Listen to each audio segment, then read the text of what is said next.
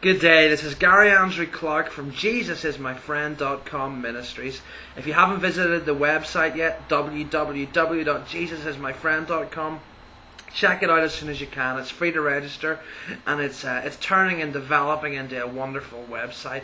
But today I want to talk to you a little bit about time spent with God. And it's funny because over the past couple of days, I've kind of been exploring the notion of knowing people, knowing your brothers, recognizing your Christian brothers and sisters, and how you can't really love someone without knowing them, and we're called to love. So if we don't know people, we can't love people, and we're not really doing what we're called to do as brothers and sisters. And whenever I deliver these videos, it's quite often the case that what I'm talking about is usually what God is dealing with me first of all with, throughout my day, and I said this theme of knowing, and today, God has really been kind of challenging me about how much time I spend with Him. How much do I know God, and therefore how much do I love God? I don't believe you can love something that you don't know. You can't love something that you don't have a relationship with. And I expect that nobody who's watching this video would ever challenge the notion that you can't possibly spend enough time with God. And especially whenever you consider that a lot of what God has been dealing with me over recently, and therefore I've been presenting to you, is this notion of what are we doing for God? Where is our work? Because there is a huge harvest field out there, but the workers are few.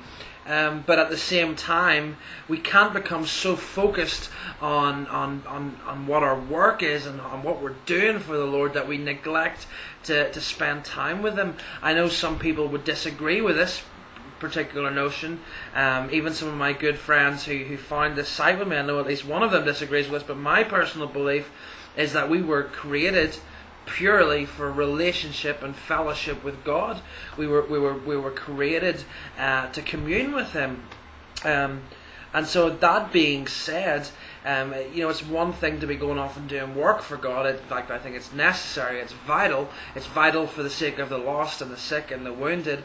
But that, I believe, cannot replace an intimate relationship with God that can only come through spending time in prayer and quiet meditation before Him, on your own. I was watching or listening to a great Paul Washer sermon today, and he was saying, "Can you be alone?"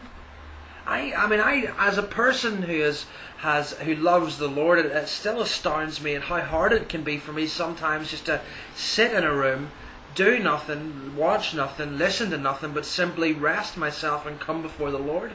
It's a hard thing just to sometimes be alone.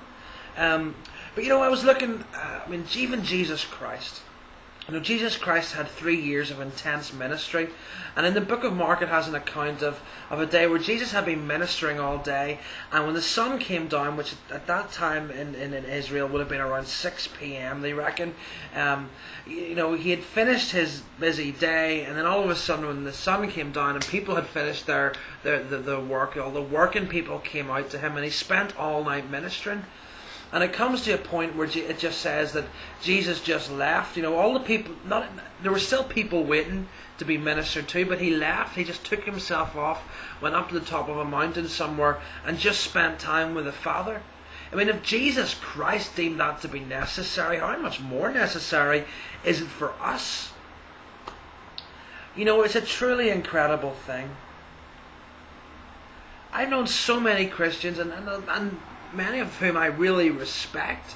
I can think of several, even just individuals who I know, from spending time with them, that they're crazy about God. They're devoted. They love the Word, and they work. And people who put most of us to shame, but yet they struggle so much just to slow down and stop and spend time with the God. The classic example also in the Bible is Mary and Martha. Jesus had come round to visit them, and I want to get them confused. I sometimes do get them confused. But I believe it was Mary who sat at Jesus' feet and just wanted to spend time with him. And, she loved him so much. She just wanted to sit at his feet and listen to what he had to say. But of course, Martha, she loved him too. But she tried to express that in work. She went around preparing meals and she was getting fussing about. And Jesus just said to her, it was a rebuke. I'm sure that he done it in a mild and gentle way because these were his friends and he knew that her heart was just wanting to care for him. But he told her to slow down and come and spend time with him. I would liken it even to, my wife. I mean, I'll be honest with you. I'm a man who likes to be waited on. I like it when my wife goes and cooks for me and brings it to me. I sue me, but I like that.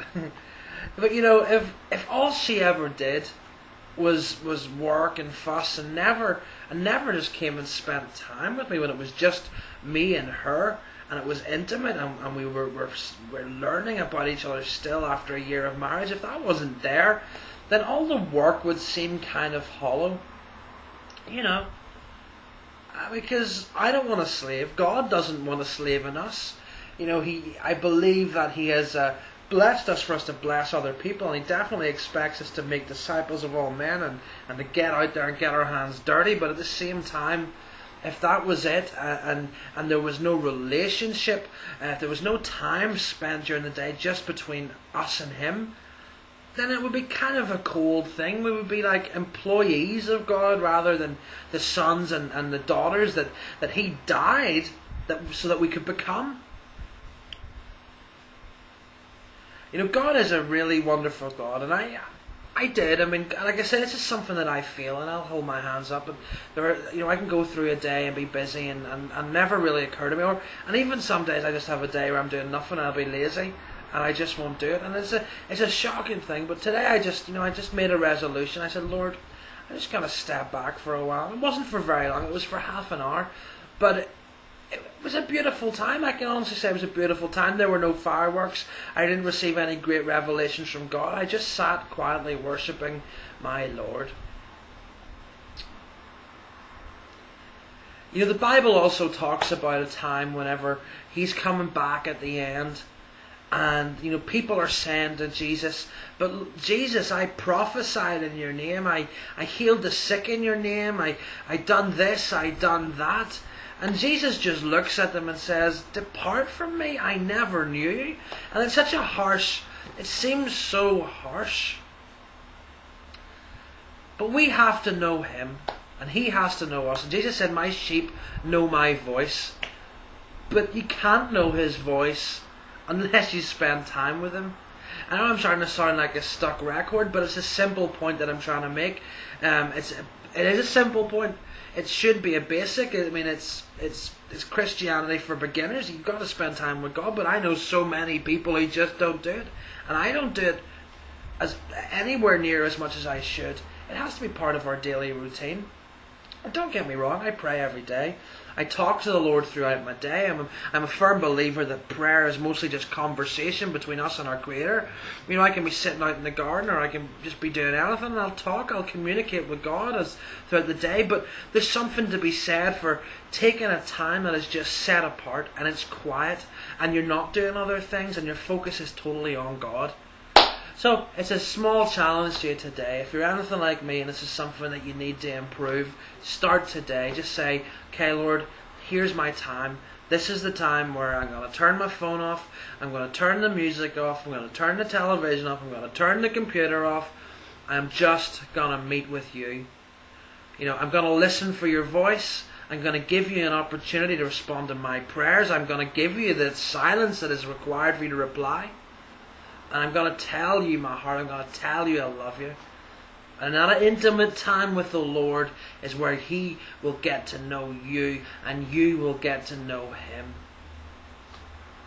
And I imagine that can only be a good thing. Thanks for listening. Have a great day. God bless.